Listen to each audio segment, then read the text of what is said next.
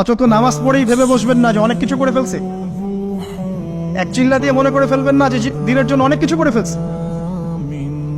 একটা হজ করেছেন, ওমরা করেছেন, সিয়াম রেখেছেন, দিনের জন্য দান সৎকার করেছেন, একটা মাদ্রাসা মসজিদ করেছেন, ভেবে বসবেন না আপনি সব অনেক কিছু করে ফেলেছেন এবং অন্যরা সব ককরোচ তেলাপোকা ওরা জাহান্নামে যাবে এমনটা মনে করবেন।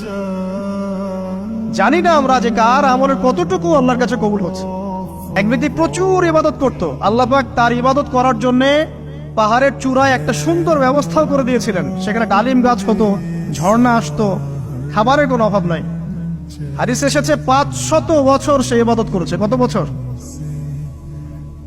কিয়ামতের মাঠে এই ব্যক্তির অবস্থা এমন হবে, তাকে জান্নাতে প্রবেশ করানোর জন্য নিয়ে যেতে বলা হবে যাও আমার রহমতে জান্নাতে চলে যাও। আল্লাহ পাক তাকে এই কথাটা বলবেন, কিন্তু এই ব্যক্তি বলবে আমার আমলের কারণে, আমার আমলের কারণে। আল্লাহ পাক বলবেন আমার রহমতে জান্নাতে চলে যাও, ব্যক্তি বলবে আমার আমলের কারণে।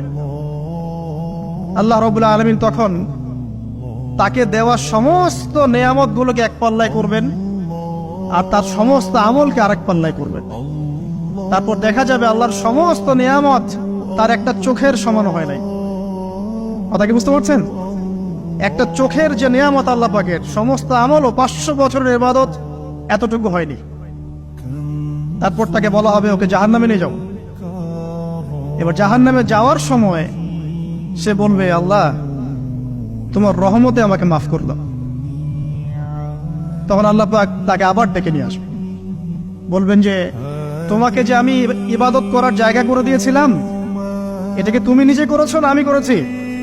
সে বলবে আপনি করেছেন। তোমাকে যে আমি সৃষ্টি করেছিলাম তখন কি তুমি কোনো আমল করেছিলে? বলবে না। তাহলে তোমাকে যে সৃষ্টি করেছি আমি, এটা কি তোমার আমলের কারণে? না।